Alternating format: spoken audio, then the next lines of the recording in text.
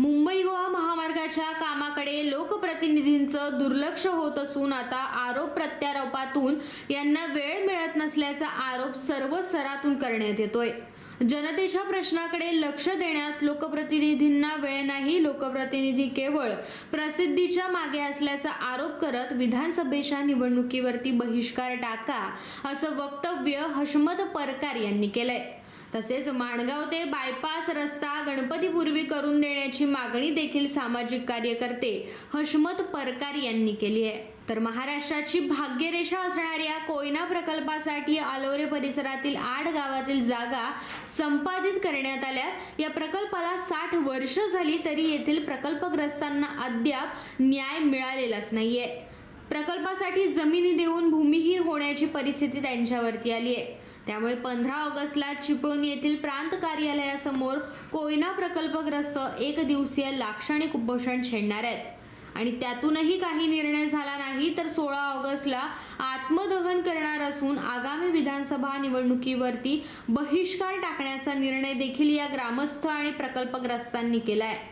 लोकसभा निवडणूक पार पडून सुमारे 4 ते 5 महिने निघून गेलेले आहेत, परंतु मुंबई गोवा महामार्गाचा हाल तसाच्या तसाच राहिलेला आहे। 1 इंच पण काम झालेला नाही आहे। आम्ही आदरणीय तटकरे साहेब जवळ व आदरणीय जेवढे पण नेते मंडळी आहे कोकणाची यांची विनंती केली होती की आपण यावर थोडा लक्ष द्या, परंतु कुणाचाही लक्ष नाही।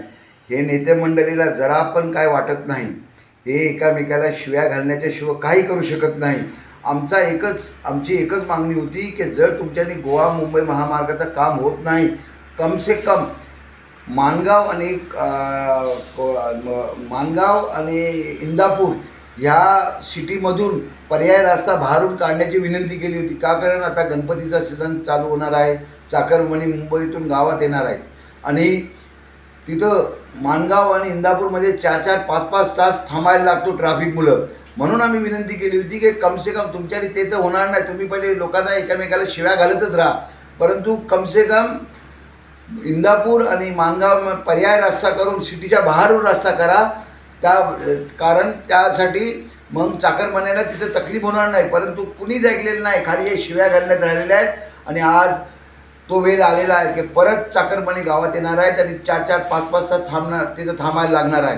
तेव्हा माझी परत या राजकीय लोकांची विनंती आहे, खास करून तटकरे साहेबांच्याजवळ विनंती आहे, साहेब कसं पण करून 1 महिना राहिलेला आहे, आपण माणगावमध्ये कुठला तरी पर्याय रस्ता करून सिटीच्या बाहेरून रस्ता करावा, त्यापासून तिथं ट्रॅफिक होणार नाही। नाहीतर परत चाकरमान्याला तकलीफ झाली तर मग येणारे चाकरमानी आणि येणाऱ्या चाकरमान्याची माझी विनंती आहे, जर असंच जर राहिला तर ह्या मतदानावरच बहिष्कार करून टाका।